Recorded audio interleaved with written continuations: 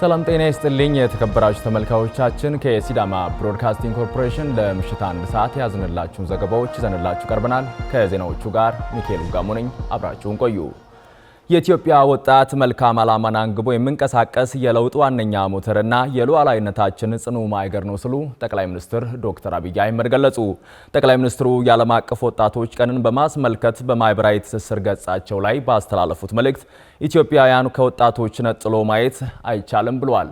ሙሉ ቀጠራ ተጨማሪ አላት። የህዝባችን የእድሜ ስብጥር እንደሚያመላክተው ወጣቶች ከፍተኛውን ቁጥር መያዛቸው ብልጽግናን ለማረጋገጥና ለማጽናትም ታላቅ እድል ነው ሲሉ አክለዋል። የኢትዮጵያ ወጣት መልካም ዓላማን አንግቦ የሚንቀሳቀስ የለውጥ ዋነኛ ሞተርና የሉዓላዊነታችን ጽኑ ማዕገር ነው ያሉት ጠቅላይ ሚኒስትሩ ወጣቱ የሀገሩን ታሪክ በአዲስ ብዕርና ብራና እየጻፈ እንደሚገኝ ገልጸዋል። ሀገራችንን የኋሊት ጠፍንገው የያዟት አጓጉል ልምዶች፣ አላስፈላጊ ንትርኮች፣ ጭቅጭቅና ግጭቶች በመራቅ የአሁን ወጣት በልማት ላይ አተኩሯል፣ ድህነትን ተጠይፏል ብለዋል። የመደመር መንግስት የወጣቶችን ሁለንተናዊ ተጠቃሚነትና የአመራርነት ሚና ለማጠንከር በትኩረትና በቁርጠኝነት እየሰራ ይገኛል። ሀገራዊ ርዕያችንን እውን ለማድረግ ሁላችንም በንቃት እየተጋን በፍቅር እንመላለስ ሲሉ ጥሪያቸውን አቅርበዋል። የኢትዮጵያ ሀገራዊ ምክክር ጉባኤ የዘመናት ሀገራዊ ቅሬታና ስብራትን በሰለጠነ ምክክር በመጠገን ወደ መግባባት የሚያሻግር የተስፋ መድረክ መሆኑን ምሁራን ገለጹ። የኢትዮጵያ ዋና ሀገራዊ ምክክር ጉባኤ ከሐምሌ 8 ቀን 2018 ዓ.ም ጀምሮ በአዲስ ዓለም አቀፍ ኮንቬንሽን ማዕከል መካሄዱን ቀጥሏል። ከኢዚያ ለደረሰን ዘገባ ክሩቤል ፈለቀ።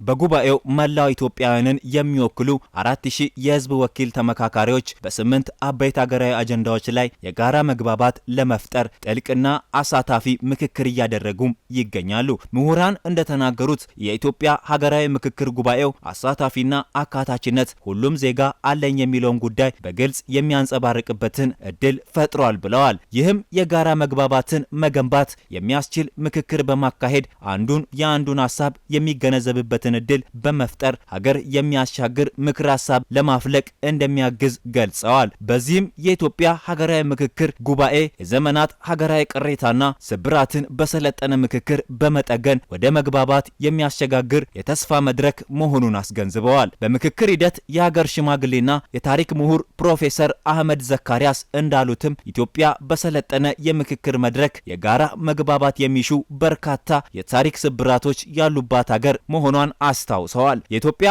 ሀገራዊ ምክክር ጉባኤም በመሰረታዊ ሀገራዊ ጉዳዮች ላይ ጥልቅ ምክክር በማካሄድ የሁሉንም አሸናፊነት የሚያቀዳጅ የጋራ መድረክ መሆኑን ገልጸዋል። የምክክር ጉባኤውም ከታችኛው የማህበረሰብ ክፍል ጀምሮ በአጀንዳ ማሰባሰብና ተሳታፊ ልየታ የቅድመ ምክክር ጉባኤ ወቅት አካታችና አሳታፊ የሆነ መምጣቱን ገልጸዋል። በዚህም በዋናው ምክክር ጉባኤ ላይ የ130 ሚሊዮን 4000 የኢትዮጵያውያን ወኪል ተመካካሪዎች ግልጽ አሳታፊና አካታች ምክክር እያደረጉ እንደሚገኝ ተናግረዋል። በምክክር ለትውልድ የሚበጅ የጋራ መግባባትን መገንባት ያስፈልጋል ያሉት ፕሮፌሰር አህመድ በዚህም አገራችንን ወደ ተሻለ የመግባባት ምዕራፍ ለማሸጋገር ጠቃሚ ምክክር እያደረግን ነው ብለዋል። የኢትዮጵያ ምክክር ጉባኤ ውጤትም ለሌሎች የአፍሪካ ሀገራት ጭምር የሚበጁ ምክር ሀሳቦች እንደሚፈልቁበት እምነት እንዳላቸውም አንስተዋል።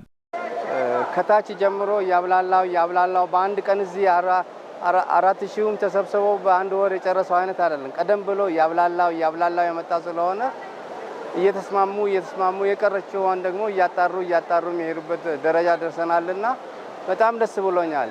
ከምክክር ውጭ ምንም መድኃኒት የለም ለኢትዮጵያ እና ምክክር በቤተሰብ ጀምሮ የሚያስፈልግ ነገር ነው። ባልና ሚስት ተመካክረው ነው ልጅ የሚያሳድጉት እና ሀገርም እንደዛው ተመካክረን ማሻገር የምንችልበት ጊዜ ድረስ ነው የሚመስለኝና ትልቅ ተስፋ ነው ያሳደረብኝ።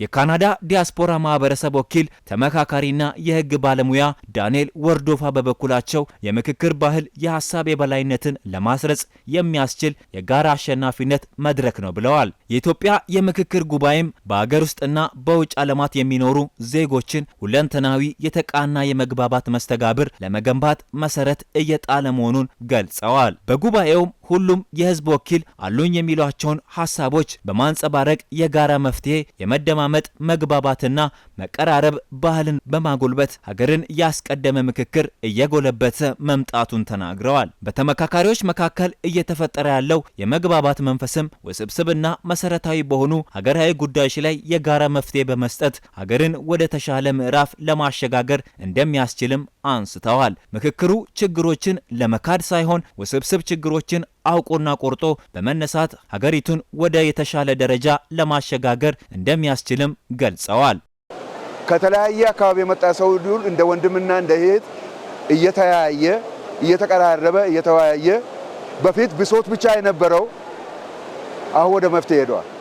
ትልቁ ነገር አሁን ሁለተኛው ነገር ይሄ ምክክር መፍትሄ የመሻት ቦታ ነው። መፍትሄ ለችግሮቻችን ችግር አለ። ኢትዮጵያ ችግር የላትም ቢባል ነው የሚገርመኝ። ችግር አብሮን የተፈጠረ ነው። ግን ያንን አብሮን የተፈጠረ ችግር ቆርጠን ወደ የተሻለ ደረጃ የምንሸጋገርበት ሁኔታ ለመፍጠር ነው። ህዝቡ አሁን እዛ ደረጃ ላይ ደርሷል። የምክክር ጉባኤው ተመካካሪዎች ያለምንም ገደብና ከልካይ ሐሳባችንን በሙሉ ነጻነት የምናንጸባርቅበት የጋራ መግባቢያ መድረክ ነው ያሉት ደግሞ ሌላኛው ተመካካሪ መምህር ዘላለም ገላው ናቸው። በሀገሪቱ በርካታ ችግሮች ቢኖሩም በተመሳሳይ መልኩ ለችግሮቹ የሚሆኑ በርካታ የመፍትሄ ሐሳቦች መኖራቸውን በምክክር ግንዛቤ እየተወሰደ መሆኑን ገልጸዋል። በ50 በ250ና በ500 የምክክር ቡድኖች ደረጃ የተካሄደው ምክክርም ችግሩን ከታችኛው መዋቅር ጀምሮ ለመተንተንና ዘላቂ መፍትሄ ለማበጀት ወሳኝ መሆኑንም ጠቁመዋል። ሁላችንንም ያለ ገደብ ያለ ከልካይ ሐሳባችንን የገለጽንበት ውስጣችን ያለውን የገለጽንበት ውስጣችን ያየንበት ሆኖ ነው ያገኘውትና በፍጹም ነጻነት ነው ስንወያይ የቆየነው። በመንግስት አደረጃጀትና ቅርጽ የፖለቲካ ስርዓት፣ የፖለቲካ ውክልናና የምርጫ ስርዓት፣ በሙስናና መልካም አስተዳደር ጉዳዮች፣ የሃይማኖት ጉዳዮችና የሰላም ግንባታ አጀንዳዎች ተመካካሪዎች ባቀረቧቸው ምክረ ሐሳቦቻቸው መግባባት ላይ መድረሳቸውን የኢትዮጵያ ሀገራዊ ምክክር ኮሚሽን ይፋ አድርጓል። የኢትዮጵያ ሀገራዊ ምክክር ለአፍሪካ ሀገራት ጭምር አርአያ የሚሆን ነው ሲሉ ተመካካሪዎቹ ገለጹ። የኢትዮጵያ ዋናው ሀገራዊ ምክክር ጉባኤ ከሐምሌ 8 ቀን 2018 ዓ.ም ጀምሮ በአዲስ ዓለም አቀፍ ኮንቬንሽን ማዕከል መካሄዱን ቀጥሏል። አመለወርቅ ቁርሶ ተጨማሪ አላት።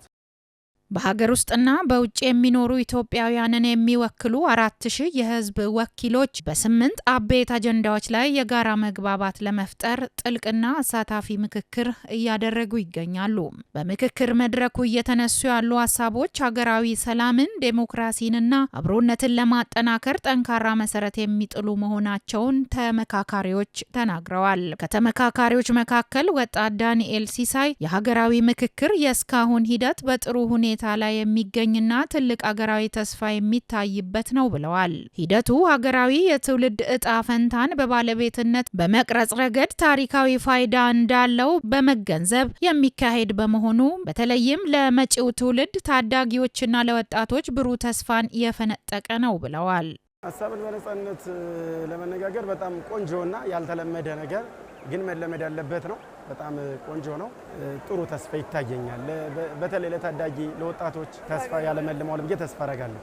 አቶ ጸዲቻ ሌሌ በበኩላቸው መድረኩ አካታች መከባበር የተሞላበት ሁሉም ሰው በነጻነት ሀሳቡን የሚያንሸራሽርበትና ጠንካራ ህብረት የታየበት መሆኑን ተናግረዋል። እያንዳንዱ ተመካካሪ ችግሮችን በምክክር መፍታት እንደሚችል በማመን ስሜቱንና ሀሳቡን በመግለጽ ያንጸባረቀበት መድረክ መሆኑንም አብራርተዋል። በጣም ደስ በሚል ሀሳቡን ሁሉም በአንድነት አንድ ሀገር አንድ ሰው መሆናችን ሁሉም የተረዳበት ምክክር ነው። ሁሉም ሰው በአካታችነት ሁሉም በአንድ ቤቱ የነበረበትን የለፋበትን የተቸገረውን ችግር በአንድ ቤቱ አውጥቶ በምክክር ኮሚሽን እንደሚፈታ በማመን ሁሉም ሰው ያሳተፈ ነው። አቶ ፋራ ወረሰም እየተካሄደ ያለው የሀገራዊ ምክክር ሂደት ሁሉንም ያሳተፈና የኢትዮጵያን ችግሮች ለመፍታት ሰፊ እድል የሚከፍት መሆኑን ገልጸዋል። ሁሉም ኢትዮጵያውያን በምክክር ችግሮቻቸውን ለመፍታት በአንድነት የተሰበሰቡበት ይህ ታሪካዊ አጋጣሚ በመሆኑ ከጉባኤው የሚጠበቀው ውጤትም አዎንታዊ እንዲሆን ከፍተኛ እምነት የሚጣልበት መሆኑን ተናግረዋል። ይህ አሳታፊ የምክክር ሂደት ሌሎች የአፍሪካ ሀገራትም ጭምር የገጠሟቸውን ተግዳሮቶች በሰላማዊ መንገድ ለመፍታት እንደ መልካም ተሞክሮና ሞዴል ሊወሰድ የሚችል ነው ብለዋል። በጉባኤው የተገኙት ገንቢ ውይይቶችና የተደረሱ ስምምነቶችም ለቀጣይ ሰላም፣ እድገትና አብሮነትን ለማጠናከር ታላቅ ምዕራፍ የሚከፍቱ መሆኑን ተናግረዋል። በጉባኤው የተገኙት ገንቢ ውይይቶችና የተደረሱ ስምምነቶችም ለቀጣይ ሰላም፣ እድገትና አብሮነትን ለማጠናከር ታላቅ ምዕራፍ የሚከፍቱ መሆኑን ተናግረዋል። It is an inclusive meeting that will solve all the problems of Ethiopia. Our conclusion or our ይህ ሁሉንም የኢትዮጵያ ችግሮች የሚፈታ አካታች ስብሰባ ነው። የምክክር ጠረጴዛው ላይ በመገኘት ሁሉም ኢትዮጵያውያን ችግሮቻቸውን ለመፍታት አንድ ላይ የተሰባሰቡበት ጊዜ በመሆኑ ሁሉም ችግሮቻችን እንደሚፈቱ ትልቅ ተስፋ አለን። እንዲሁም እንደምንስማማ እናምናለን። በተጨማሪም የአፍሪካ ሀገራት ሁሉም ችግሮቻቸውን ለመፍታት ይህንን እንዲያደርጉ እንመኛለን።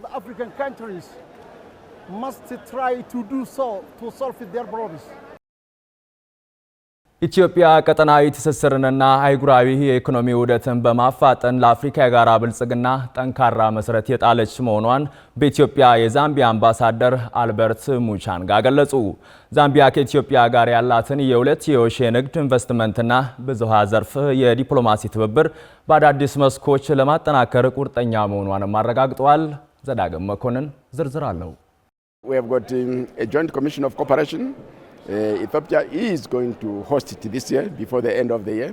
አምባሳደር አልበርት ሙቻንጋ ለኢዜአ እንዳሉት በዛምቢያና በኢትዮጵያ መካከል ያለው የዲፕሎማሲ ወዳጅነት በንግድና የኢንቨስትመንት ትብብር ዘርፍ እየተጠናከረ በመምጣቱ ኢትዮጵያ ቀጠናዊ ትስስርንና አህጉራዊ የኢኮኖሚ ውህደትን በማፋጠን በአርአያነት የምትጠቀስና ለአፍሪካ የጋራ ብልጽግና አስደናቂ ጠንካራ መሰረት እየጣለች መሆኗን አንስተዋል። ኢትዮጵያ በቀጠናዊ የኤሌክትሪክ ኃይል አቅርቦት፣ በመሰረተ ልማት ትስስር፣ በንግድና ኢንቨስትመንት የትብብር መስኮች የፈጠረችው የልማት አቅም ተምሳሌታዊ መሆኑን አብራርተው በኢትዮጵያ ና በዛምቢያ መካከል የተቋቋመው የጋራ ትብብር ኮሚሽንም ቀጣይ ስብሰባውን በኢትዮጵያ በማካሄድ የጋራ ተጠቃሚነትን በሚያስገኝ ጉዳዮች ላይ የጋራ መግባባት ለመፍጠር እንደሚሰራ ጠቅሰዋል። ስብሰባውም በሁለቱ ሀገራት መካከል በተለያዩ ዘርፎች እየተካሄዱ ያሉ የትብብር ስራዎችን ለመገምገምና ወደፊት የሚወስዱ አዳዲስ የትብብር አቅጣጫዎችን ለመወሰን ወሳኝ እንደሚሆን አመልክተዋል። በተለይም በንግድ፣ በዲጂታላይዜሽን፣ ስልጠናና በአቪዬሽን ዘርፍ የትብብር እድሎችን በመለየት የሀገራቱን ግንኙነት ወደ ተጨባጭ የጋራ ጥቅም ለመቀየር የሚያስችል እቅድ እየተዘጋጀ መሆኑንም ጠቁመዋል። ዛምቢያና ኢትዮጵያ በምስራቅና ደቡባዊ አፍሪካ የጋራ ገበያ ወይም ኮሜሳ ከሁለቱ ሀገራት ጥቅም ባሻገር የአፍሪካን የጋራ ድምጽ በዓለም አቀፍ መድረክ ለማጠናከር እየሰሩ መሆኑን ገልጸዋል። በዚህም የኢትዮጵያና ዛምቢያ ግንኙነት ከታሪካዊ የዲፕሎማሲ ትብብር የጋራ ተጠቃሚነትን በሚያጎለብት ሁለንተናዊ አጋርነት እየተሸጋገረ መሆኑን ገልጸው ኢትዮጵያ በአረንጓዴ አሻራ መርሃ ግብር የደን መልሶ ማልማትን በማጠናከር ለአረንጓዴ ኢኮኖሚ ግንባታና ለዘላቂ ልማት በቁርጠኝነት እየሰራች መሆኗን አስረድተዋል። አረንጓዴ አሻራ በደን በውሃና የአካባቢ ጥበቃን የሚያጠናክር የስነ ምህዳር ደህንነት ሚዛንን ለማስጠበቅ ወሳኝ መሆኑን አንስተው የኢትዮጵያ የደን ሽፋንን በማሳደግ እያስመዘገበች የምትገኘው የልማት ስኬትም ወሰን ተሻጋሪ ዓለም አቀፍ የልማት ግብ መሆኑን አስረድተዋል። ኢትዮጵያ በትክክለኛ የእድገት አቅጣጫ እየተንቀሳቀሰች ነው ያሉት አምባሳደር ሙቻንጋ የአረንጓዴ ኢኮኖሚ ልማት ግንባታ እመርታዎች ለሌሎች የዓለም ሀገራት ጭምር አርአያ ናቸው ብለዋል። ኢትዮጵያ በአህጉራዊ ትስስርና በአካባቢ ጥበቃ ስራዎች የመሪነት ሚና እየተወጣች መሆኑን ጠቁመው በዚህም በምስራቅ አፍሪካ የልማት በይነ መንግስታት ባለስልጣን ወይም ኢጋድና በምስራቅና ደቡብ አፍሪካ የጋራ ገበያ ወይም ኮሜሳ በንቃት እየተሳተፈች እንደምትገኝ አንስተዋል። ኢትዮጵያ በአፍሪካ አህጉራዊ ነጻ የንግድ ቀጠና ስምምነት ማዕቀፍ የንግድ ልውውጥን ለማቀላጠፍ እየሰራች መሆኑንም አስረድተዋል። ዘገባው የኢትዮጵያ ዜና አገልግሎት ነው። ለችግሮች የመፍትሄ መልስ የሚሰጥ እንዲሁም ቀጣይነት ያለው የጤና ስርዓት መገንባት ወሳኝ እርምጃ መሆኑን የሲዳማ ክልል ጤና ቢሮ ገለጸ። የሲዳማ ክልል ጤና ቢሮ የ2018 የእናቶች፣ የህፃናት፣ የአፍላ ወጣቶችና የወጣቶች ጤና አፈጻጸም ግምገማና የ2019 እቅድ ላይ የውይይት መድረክ አካሂዷል። ማረማየት ብጻተ የሲዳማ ክልል ጤና ቢሮ ኃላፊ ዶክተር ሰላማዊት መንገሻ የእናቶች የህፃናትና የወጣቶች ጤና ላይ መስራት ለነገ ጤናማ ሀገርን የሚረከብ ትውልድ መስራት እንደሆነ ተናግረዋል። በዚህ ዘርፍ ውስጥ የሚሰሩ ስራዎች በተለይ ከእናቶች ከህፃናት ከአፍላ ወጣቶች ጤንነት አንጻር በተለይ ሀገርን ነገ የምናይበት ትውልድን አይተን የምንሰራበት ነገ ሀገርን የሚረከቡ እነማን ናቸው ብለን ታርጌት አድርገን በእናትየው ላይ በጽንሱ ላይ እንደገና በተወለዱ ህፃናት ላይ ከተወለዱ ደግሞ በታዳጊዎች ላይ በአፍላ ወጣቶች ላይ ወጣቶች ድረስ የሚሰራ ፕሮግራም ነው። ኃላፊዋ ከ4 ዓመታት በፊት ሪፖርት ላይ የሚቀርበው ብዙ ቁጥር መሬት ላይ ከሚታየው ተጨባጭ ውጤት ተቃራኒ በመሆኑ ጉልህ ክፍተት ይታይ እንደነበር ገልጸዋል። ለውጤት እንስራ የሚለውን ምዕራፍ ከጀመረን መጋቢት ነው የጀመርነው። ወደ 4 ዓመት ገደማ ሊሆነን ነው አሁን በዚህ ዓመት። ይሄ ተግባር መነሻ ያደረገው ችግርን ነው።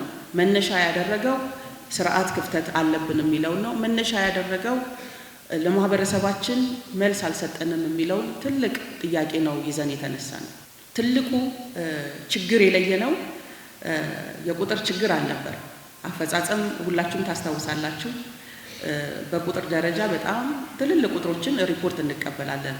አድሚን ሪፖርቶቻችን የሚያሳዩት በዛ ሰዓት በነበርንበት ጊዜ የቁጥር ጋፕ የሪፖርት ክፍተት አልነበረ። ጉዳዩ ግን ቁጥር ስላልነበረ በትክክል የቱ ጋር ነን የሚለውን ነገር በጥናት የማየት የመለየት ስራ ሰርተናል። እውነትም ሪፖርቱ እኛን ይገልጠን ነበር ወይ? የሚመጣው ከታች ተሰርቷል ተብሎ የሚመጡ ቁጥሮች እውነትም በትክክል የማህበረሰቡን ጥያቄ መልስ የሰጡ ናቸው ወይ? እውነትም ማህበረሰቡ ቢጠየቅ ነው ብሎ ይናገራሉ የሚለውን ነገር በደንብ ፍንትው አድርጎ ያየንበት የጥናት ውጤት ነበር። አክለውም በክልሉ የአፍላ እርግዝናን መከላከል ላይ ተጨባጭ ለውጥ ማምጣት እንደተቻለ፣ ነገር ግን ቀሪ የቤት ስራ እንደሚጠብቅና ለዚህም ያላለሰለሰ ጥረት ማድረግ እንደሚገባ ገልጸዋል። የሲዳማ ክልል የጤና ቢሮ ምክትል ኃላፊና የፕሮግራሞች ዘርፍ ኃላፊ አቶ በላይነህ በቀለ እንደተናገሩት የአፈጻጸም ግምገማው በሪፖርት የሚቀርበውን መረጃና መሬት ላይ ያለውን እውነታ አጣምሮ የያዘ ነበር።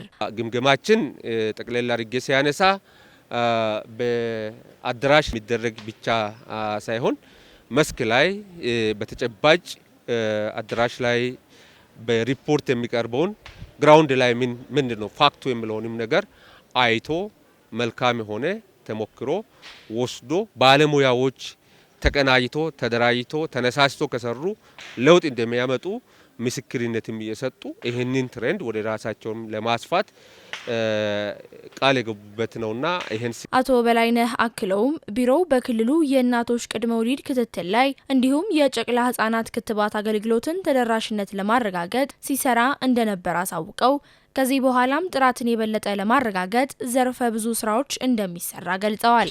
የህጻናት ጤና አገልግሎትን ወስደን ስናይ እጅግ በጣም የተሻለ የክትባት አገልግሎት ከ100% በላይ ያሳኩበት ይህን ከማሳካት አንጻር ጥራቱን የሚጠበቀ የክትባት አገልግሎት ፍትሃዊነቱን የሚጠበቀ የክትባት አገልግሎት ተደራሽ እንዲሆን ከማድረግ አንጻር አጠቃላይ ጤና ኬላዎች በውሎ ገብ ጣቢያና በመደበኛ በስታቲክስ ጣቢያ ላይ ክትባት በየቀኑ እየሰጡ የሚሄዱበት በተለይ በጤና ኬላዎች ውስጥ በጤና አጠባበቅ ጣቢያዎችና በሆስፒታሎች ውስጥ በሁሉም መዋቅሮች በየቀኑ ክትባት አገልግሎት እንዲሰጥ የተደረገበት ዓመት ነው።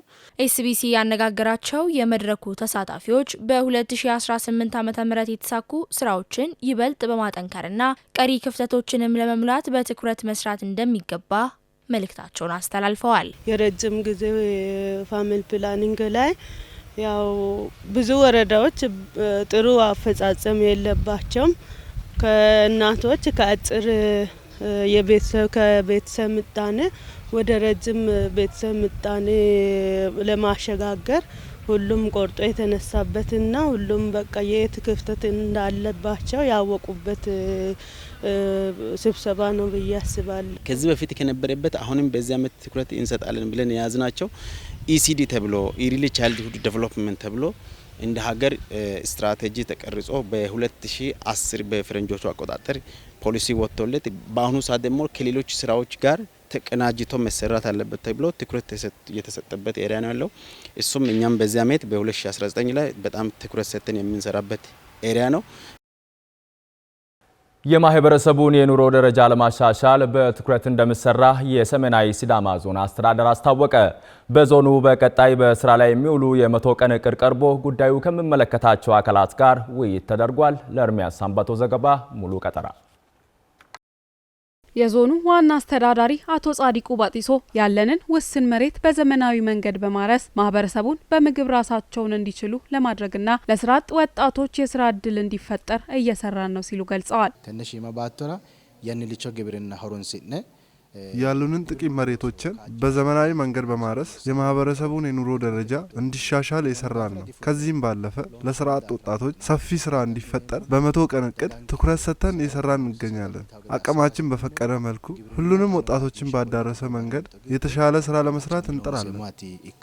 አክለውም የህዝባችንን የልማትና የመልካም አስተዳደር ጥያቄዎችን ለመመለስ ገቢን በአግባቡ በመሰብሰብ በ100 ቀን እቅድ መሰረት ቅድሚያ ሰጥተው እንደሚሰሩ ነው የተናገሩት። ዳጋት ለተሹና ደንቹ ጋሽወት ታሞቆሌ ማይክሮ ወጡ ወልቃሲሳው የህዝብን የልማት ጥያቄን ለመፍታት በአግባቡ የተሰበሰበ ገቢ ያስፈልጋል። የተሰበሰበውም ገቢ ከሙስና ጽዱ እንዲሆን እየሰራ እንገኛለን። ከዚህም ባለፈ ድህነትን ለመቀነስና ምርትና ምርታማነትን ለመጨመር በ100 ቀን እቅድ በትኩረት እየሰራ እንገኛለን። ጀዋይላቻ አፍራው ላይንኪታ ላልቾና ላልችማ ሎንሴ ሞሎሲ ለሜዲጂተን ሀላሽን ኡኖይን ከግቤ ባጠው ለችኒ ተማንደ ሎንሴ መሁ የሰሜናዊ ሲዳማ ዞን አስተዳደር የብልጽግና ፓርቲ ቅርንጫፍ ጽህፈት ቤት ኃላፊ አቶ አበበ ታደጉ በበኩላቸው ህብረተሰቡን ተጠቃሚ ለማድረግ የአምናውን የ100 ቀን እቅድ ተፈጻሚነት በመገምገም በቀጣይ በቱሪዝምና በተለያዩ ስራ ዘርፎች በትኩረት እንደሚሰራም አረጋግጠዋል።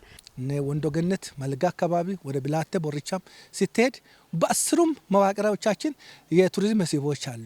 ይህንን አቅም ደግሞ አስተሳስረን ከመጠቀም አንጻር ጉድለት አለ። ይሄ ደግሞ ማሳካት ያልተቻለም ደግሞ ለምንድን ነው የሚለውንም እያገመገምን ነው። ስለዚህ አንደኛ ምቹ ሁኔታ አለ። በከተማና በገጠር ላይም የሚሰሩ ቱሪዝሞች የራሱ የቻለ ባህሩም የተለያየ ነው። በወረዳ ላይ የሚሰራውና በከተማ ላይ የሚሰራው ለምሳሌ ከተማ ላይ ቱሪዝም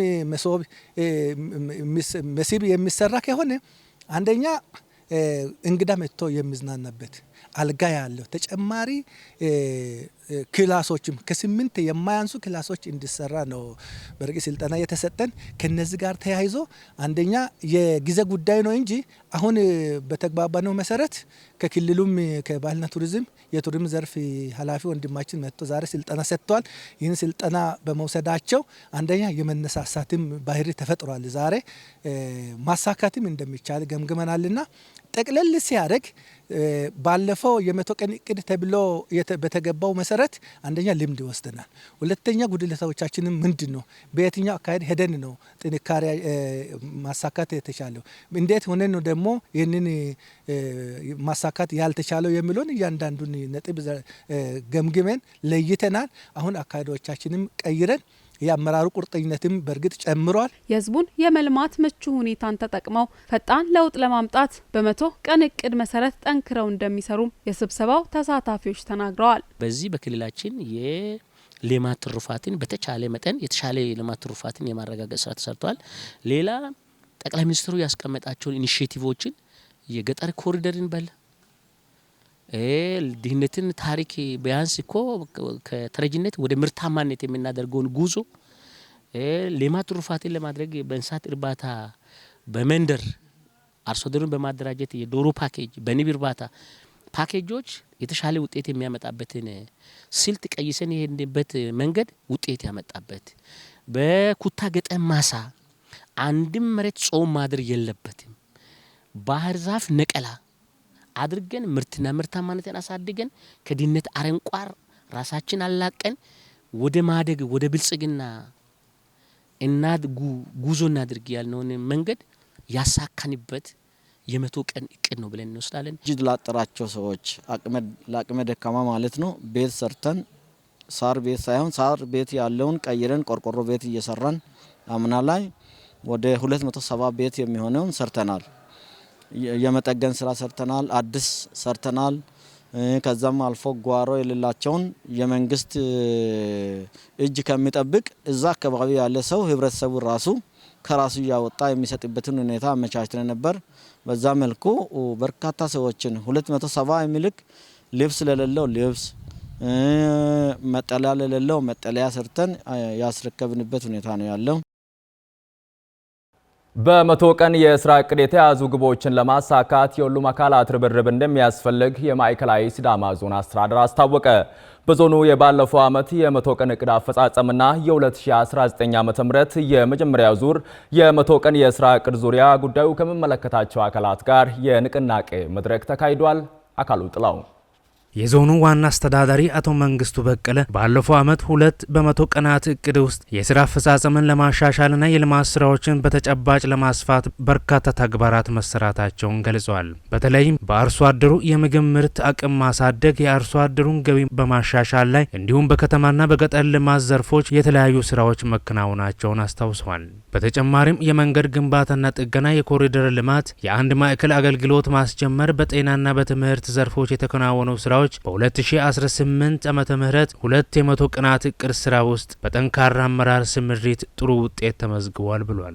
አምና በዚህ ወቅት በመኸር በዚህ መልኩ ንቅናቄ አድርገን ገብተን ባመረት ነው እስካሁን ድረስ በገብስ በስንዴ የዋጋ ማረጋጋት አርሶ አደሩ ምግቡን ችሎ ለገበያ ማቅረብ ዋጋም ጭምር እስካሁን ድረስ ከ5000 ከ6000 ባልበለጠ ዋጋ ገብስ ስንዴ ማቅረብ ችለናል። በተመሳሳይ ሁኔታ በእንስሳት በሰራነው ስራ በተለይ ይርጋለምና አካባቢ ሰፋፊ ፋርም የዶሮ እርባታ ስራዎችን የእንስሳት እርባታ ስራዎችን እንደ አጠቃላይ እንደየ አየር ስነ ምህዳሩ ሁኔታ መሰረት አድርገን በሰራነው ስራ በእንስሳት ላይ ሰፊ ስራ እንቁላል ከዚህ አካባቢ አልፎ ለአገር ገበያ እስከ አዲስ አበባ የሚቀርብበት የወተት ምርት ከዚህ ከኛ አካባቢ አልፎ በሳምንት 2 አዲስ አበባ ሾላ በቦቴ የሚጫንበት ሁኔታ መፍጠር ችለናል። ይህ ትልቅ ውጤት ነው። በተመሳሳይ ሁኔታ በከተማ ላይ ሰፊ ለውጥ ማምጣት ችለናል። የኮሪደር ስራ ይርጋለም ላይ ያለውን እንደ ምሳሌ መውሰድ ይቻላል። በሌላም አካባቢ ከተሞቻችን ለነዋሪዎች ምቹ በሚሆኑበት ሁኔታ ሰፊ ስራ ተሰርቷል። እንግዲህ በ2019 ዓመተ ምህረት የመጀመሪያው የመቶ ቀን የስራ እቅድ በተሳካ ሁኔታ ለማጠናቀቅ በዞኑ የሚገኙ የስራ ኃላፊዎች ከህዝቡ ጋር በቅርበት በመስራት የታቀዱ ስራዎችን በጥራትና በወቅቱ ለማጠናቀቅ በቁርጠኝነት ቀንና ሌሊት መስራት እንደሚገባ ገልጿል። ባለፈው ዓመት የነበረንን ሁኔታ መለስ ብለን ስንገመግም የተሻለ ስራ ነው። ነገር ግን ድክመቶችም ይኖሩታል። ሁሉም ስራ 100% ፍጹም ሊሆን አይችልም። እንደ ዞን እንደ ጉድለት የገመገም ነው። በወል ስራዎች ላይ ድክመቶች እንዳሉ አይተናል። ለምሳሌ ባለፈ ጊዜ የቀበሌ ጽህፈት ቤቶችን እንገነባለን ብለን እቅድ ይዘን ነበር። ይሄ ተግባር አልተሳካም። በቀጣይ የእቅድ አካል ሆኖ ነው የሚመጣው። የዞኑ ብልጽግና ፓርቲ ቅርንጫፍ ጽህፈት ቤት ኃላፊ አቶ ታደሰ ተሽቴ ስትራቴጂካዊ እቅዶችን በመሸንሸን ባለፉት 2 የመቶ ቀናት እቅድ ተጨባጭ ውጤቶች መመዝገባቸውን ገልጸዋል። የተገኙ ውጤቶችን ለማስቀጠልና የአፈጻጸም አቅምን ማጠናከር ቀጣዩ የስራ ትኩረት ሊሆን እንደሚገባ አስረድተው በተለይም የህዝብ ተሳትፎን በማሳደግና ተጠቃሚነትን በማጠናከር የታቀዱ ስራዎችን በተጨባጭ ውጤት ማሰማራት እንደሚገባ አስገንዝበዋል። በዞኑ የሚገኙ 7 ወረዳዎችና ከተማ አስተዳደሮች በበኩላቸው ባለፉት የስራ ዘመናት የተገኙ ውጤቶችን በመነሻነት በመጠቀም በ2019 ዓመተ ምህረት በመቶ ቀናት እቅዶች የህዝቡን ጥያቄና ፍላጎት የሚመልሱ የልማትና የመልካም አስተዳደር ስራዎችን በተጠናከረ መልኩ ለማከናወን ዝግጁ መሆናቸውን አስታውቀዋል። ፈጥረን ዘለን መፈጸም አለብን ተብሎ እንደ ፓርቲ ነገር እንደታቀደው የመቶ ቀን እቅድ በልዩ ሁኔታ አቅደን ወደ ስራ ገብተናል። የዛሬው የ2019 አዲስ እቅድ ውይይት ከማድረጋችን በፊት 18 ላይ 2 ዙር የመቶ ቀን እቅድ አቅደን ፈጽመን ደግሞ በጥንካሬም በድክመት ያየናቸው ነገሮች በርካቶች አሉ። ባለፉት ጊዜያት ይህን እቅድ ስናቅድ የሚፈጽም የማይችሉ እንፈጽማቸው ብለን የማንገምታቸው ከመንግስት ጋር አብሮን ከሚሰሩ ሰዎች ጋርና ከህዝባችን ጋር ሆነን በርካታ ውጤቶችን ማስመዝገብ ችለናል። ስራ ባህላችንን በመቀየር ዙሪያ ላይ ስራ ጊዜያችንን በአግባቡ በመጠቀም ዙሪያ ላይ የአመራር ቁርጠኝነት መጨመር፣ የባለሙያዎች ከዛ አልፎ ተርፎ የማህበረሰቦችን ተሳታፊነት በልማቱ ሆነ በመልካም አስተዳደሩ ላይ ጎልቶ የታየበት ጊዜ በመሆኑ ሁሉንም ስራችንን በማህበረሰብ አቀፍ በሆኑ አጀንዳዎች ወደ ታች አውርድን እሱን ደግሞ አንቀሳቅሰን ማህበረሰባችን ውስጥ ተጨባጭ የሆኑ ለውጦች በኢኮኖሚ ዘርፍም ይሁን በማህበራዊ እንደዚሁም በግብርናውም ዘርፍ የተለያዩ ውጤቶች የተመዘገቡበት በመሆኑ ልምድም የቀሰምንበት 2 ዙር ያካሄድንበት የ100 ቀናት እቅድ አዲስ የስራ ባህል ይዞ የመጣበት ሁኔታ ስላለ ውጤታማ ነው ብሎ መውሰድ ይቻላል። የተወደዳችሁና የተከበራችሁ ተመልካቾቻችን ከሲዳማ ብሮድካስቲንግ ኮርፖሬሽን ለምሽት 1 ሰዓት ያዝንላችሁ ዘገባዎች የተከታተላችሁት ይመስሉ ነበር። ዜናውን ወደ እናንተ በማድረስ እኔ ሚካኤል ጋሞ ከመላው የስቱዲዮ ባለሙያዎች ጋር በጋራ በመሆን ነበር። ዜናው አበቃ። ሰላም።